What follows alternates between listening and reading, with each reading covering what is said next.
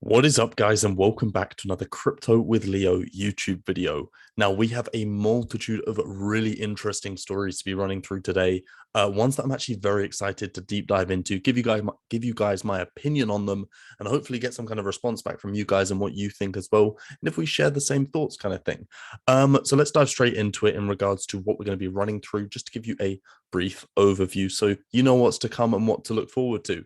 Now, first, we're going to talk through something I really don't believe got that much coverage, and that was to do with the Federal Reserve, or the chairman of the US Federal Reserve, stating that there is room for multiple reserve currencies. Now, if you don't know, that's a relatively big statement for the US. They are very protective. They do not want to lose that spot as the reserve currency. But I think right now what they're doing is, as I've stated before in videos, kind of drip feeding what could potentially be to come, so people aren't so shocked one day when another one appears. Second on the list is basically a story that actually came out at the exact same time the chairman said this, and absolutely got no coverage whatsoever, but is very exciting, and I think hints towards something which we'll dive into during this video, which you are going to want to see. Now, of course, another story is for you XRP holders. As usual, guys, there was rumors circulating that something had happened with the case. Had it been settled, or was it over? Because basically no one could find the case on the SEC website. I'm going to be running through basically explaining that situation, what it actually means. Is the case over? And then last on the list is a huge story, and that is President Biden is supposed to be signing an executive order regarding the regulation of cryptocurrency sometime at the end of this week. So we're going to dive into that, what is actually going on in this world and what to expect. And I'll give you my opinion and bias on what I think he is going to do. Now, to end off this kind of introduction, guys, welcome to the Crypto with Leo YouTube channel. My name is Leonardo. If you guys enjoy daily crypto content, make sure to click that subscribe button. And if you enjoy my videos, please feel free to support this channel for absolute free. Just click that like button. Let me know in the comments if you enjoy the videos or what you want to see. I'm happy to make videos for you guys to help you guys out understand anything. And furthermore, I think I'm just waffling at this point, so let's dive straight into it. So the Federal Reserve, or the chairman of the Federal Reserve, gave a speech to Congress on the 3rd of March, and he basically stated that there is room for multiple reserve currencies. Now, I want to just get this clear out the way now. I by no means am saying he is talking about, oh my God, Bitcoin's going to become a reserve currency. That's not what I'm saying. What I'm saying is that, there's an understanding. We need to understand what is happening in the world right now. I don't think there is one healthy economy. And I think that is what, the US is somewhat hinting at, or the chairman of the Federal Reserve. They know the dollar is not in a stable, not in a strong position. And I think, most people should be happy to admit that as well. However, they do still retain their place as the reserve currency. So somewhat what they're doing now is saying there is room for more than one. I've actually got the clip, and I'll play this for you so you can kind of get an understanding of what he did say. And then we'll dive into a story that came out the exact same time, but got no coverage whatsoever. So have a listen to this. I suppose it would diminish our status as the reserve currency. It's also possible to have more than one large reserve currency, and there have been times when that was the case, but it's not really clear. I mean, one thing's for certain, he didn't sound very confident saying many of that things. I do think what he's referencing to, and what we were speaking about a lot in there, is kind of the implications of what would happen if another currency took over as the reserve currency. And he's basically stating that for that to actually happen, you have to understand the US dollar is one of the most liquid currencies in the world, and that is why it's retaining its place, because they have things in place for it as a reserve currency. It has a whole economy around it. Whereas for another currency to take over that, they would have to build its own infrastructure to be able to retain its place as a reserve currency as well. There is a lot that goes into actually being a reserve currency, and that's why the dollar is able to hold on to it for so long. But as we have seen, most economies are taking a strong hit right now. So I think they're just opening the doors up to, hey, don't be too surprised if something happens. And I think, look, is it on the horizon? Look, I think there's so much uncertainty in the world right now. I think it could go without saying nothing is really out the picture. So just keep that in mind, that this has been stated, and don't be too shocked if we do see anything. Now, another really interesting story that came out from the US Federal Reserve on this exact same day this speech was made was this, and I did not see it broadcasted anywhere, and that is that the Fed is preparing a tiered system for evaluating fintech access to their services. Now, for anyone who's in crypto, you know what I'm getting at there. Fintech, that is definitely a broad way of talking about it, but it is relating to the technology. But I want to just basically not give away too many things, but basically state that this is just being in the talks right now, and that's what they say just here. The Federal Reserve Board is seeking to comment on a plan to introduce a tiered system for evaluating whether to grant access to its accounts and payment services. That's pretty big. Like, coming from that is pretty big, guys. So last May, the Fed set out guidelines for evaluating requests for accounts and payment services at Federal Reserve banks by newly chartered fintechs. It sought to create transparent and consistent set of factors when reviewing requests based on 6 principles. And I think that's the huge part which really drew my attention when I was reading through this article, is the aim of allowing fintechs access to their services was to improve transparency and consistency. Now, what technology is extremely transparent and extremely consistent and reliable? I'm going to let you guys put the food for thought in your head, so you guys can kind of make your own evaluation. But I did find it really interesting, and I think this speech right here from the governor, he said, with technology driving rapid change in the payments landscape, the proposed guidelines would ensure novel requests for access to Federal Reserve accounts and payment services are evaluated consistently and transparently to ensure the safe and innovative payment system. The Fed is now inviting public comments. Obviously, like I said, this is just in the talks right now, but I think it would really make sense. And once again, is showing they're drip feeding, guys. What they're doing right now is they're drip feeding. They are just letting people know. So basically, when something does happen, they can say, well, we've been talking about it for a while, guys. And that's what they'll go to. You know, the chairman of the Federal Reserve saying there could be more than one reserve currency. And then we've got the Fed saying that, look, we've already spoken about we could be allowing fintechs in to aid us and help us with our work. So yeah, it's pretty exciting stuff. But I think talking about, transparency, consistency, reliability, it does make you think about certain things. I'm not going to put anything out into your heads of assets or technology that could take that place and help out in that position. There's definitely nothing on screen right now which could be instigating what I'm talking about. But I think let's move on to the next topic. And I'll let you guys have some thoughts. You can let me know in the comments if you have any ideas what the Federal Reserve could potentially use. Now, I want to take this through this story because, look, I'm an unbiased person. You guys know I'm bullish on XRP. I have to explain this every video. But there's been news circulating going around that XRP, the lawsuit's over. We cannot find it on the SEC website. So the lawsuit must be over. And it is true. It is true. You can't find it. If you type in Ripple, there's absolutely nothing coming up in regards to their current regulatory actions and lawsuits going on. However, that means absolutely nothing. This story was circulating around months ago as well.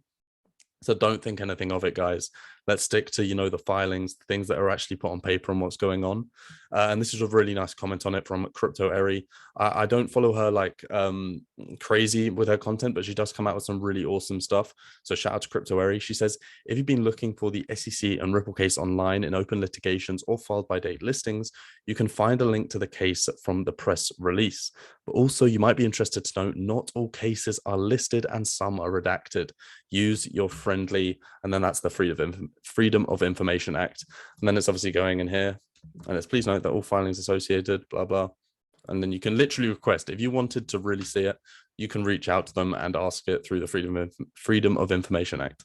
Furthermore, you can see right here, and you can go and look at it on here.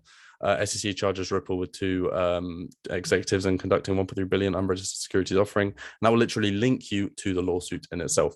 So yeah, stories in itself, I'm still very much biased on the fact that, Ripple have hinted when we could see a potential ending. I spoke about that in yesterday's video. So I'll actually link that at the end of this video. If you haven't watched it, make sure to check that out. Really awesome video and really awesome story. But yeah, I think, we could be seeing, like I said, my 2 options stay in their place. I'm going to stop waffling, but they stay in their place. And that is, this is either going to be a favorable settlement or an all-out win for Ripple. And put it this way, I don't really see, although the SEC have hinted, just like Gensler said last week in a meeting, they are happy to take some losses. I don't believe they're really going to want to take a loss on this case in trying to regulate crypto. However, with the kind of stories coming out in regards to JP Morgan having ties with Ethereum and that connecting to the SEC as well, look, it may be unavoidable at this point, but we will absolutely have to see and keep watching. And I'll be keeping you guys fully up to date on this channel. So make sure to click that sub button if you haven't already. Now, the next story is something that it's pretty big, put it this way. It is literally the president talking about signing a executive order on a strategy to regulate and deal with cryptocurrencies. Now, there's a saying, All right, that is a bittersweet one, and I always have to be careful with how I comment on this stuff because I never want to come off as rude. And that is, it is a truly bittersweet trait of war that it accelerates innovation. Now, I by no means am belittling what is happening in Ukraine, but it is just a true fact about war that is always has and always will accelerate innovation. It forces people to innovate and move forward because you can never fall behind. And that is exactly what we're seeing here, I believe, in the US. And that is the pretty much they are seeing the implications and the impact that crypto is having. Like the use case and utility of crypto is being forced in front of everyone's faces around the world. There's absolutely nothing anyone can do about it but sit there and say, damn, this stuff's actually working. And that is exactly why we're seeing this play out right now. And Joe Biden has, it's a matter of national security that we need to do something about this. And we're finally at a time where he'll be signing an executive order this week detailing the US government's strategy for dealing with cryptocurrencies. And obviously, when it says dealing with cryptocurrencies, that is maybe a plan to action and how they're going to regulate it moving forward with that, etc. So let's move into the article in itself, or what an executive order is. I do want to break that down for you briefly. And simply what that is a directive by the President of the United States that manages operations of the federal government.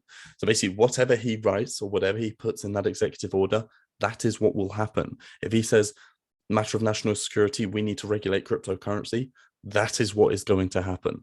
And I think that's very important. That's why the outcome of what he puts in this is going to be very, very important. And I do not want you guys to, I don't want this to fall under your radar. You need to understand this is actually going to be a big story. And I'll be making a video over my other channels about this today, which you'll probably see posted on Shorts.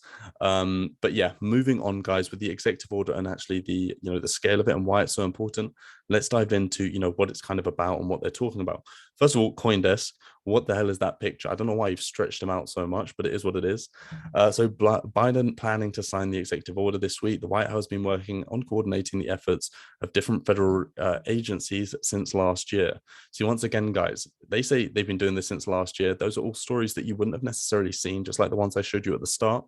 But it's proof, and they can put it there to say, hey, we have been talking about doing this for a while, blah, blah, blah. Anyway, so President Joe Biden, blah, blah, set to sign and summarize the US government's strategy for dealing with cryptocurrencies.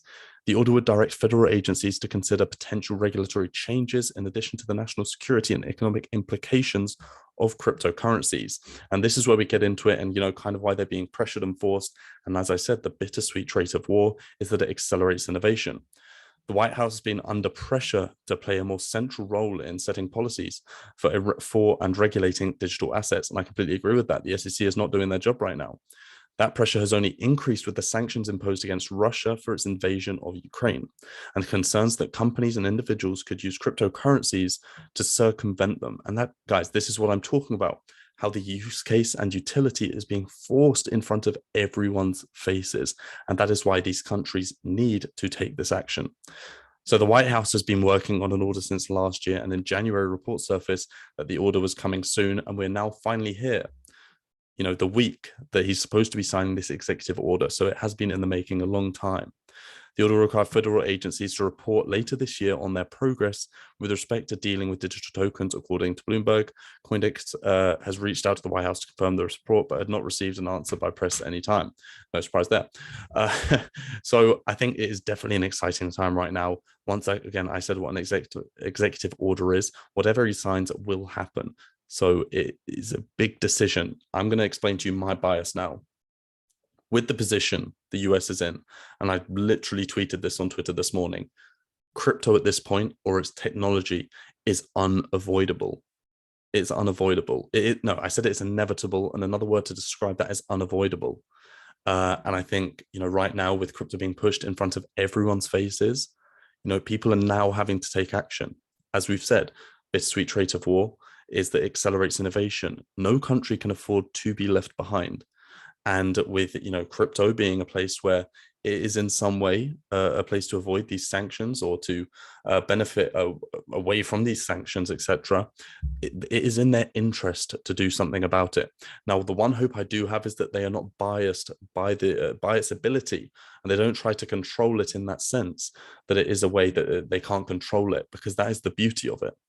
However, what I hope they do is actually move forward with regulating. I think all of us know, for the longevity and for crypto to actually mature into what we want it to be one day, that being mass adoption it does need regulations, and we have to deal with that, guys. So onto my bias. Now I've given you my explanation. I do believe they're going to sign it. I do believe this is going to move forward. And I will stand by that. And I'll completely admit if I'm wrong as well. I believe they're going to move forward with regulating crypto. I don't think there's much choice. Let's see how it plays out. Once again, guys, I really hope you've enjoyed this video. Some awesome stories to cover today. So I hope you've watched all the way through. If you're still here, you're an absolute legend. Shout out to you guys. If you're not subscribed already, click that big red button down there and feel free to like the video as well, as it does help out with the algorithm. Thank you very much for watching, guys. Have an amazing rest of your day. Peace out.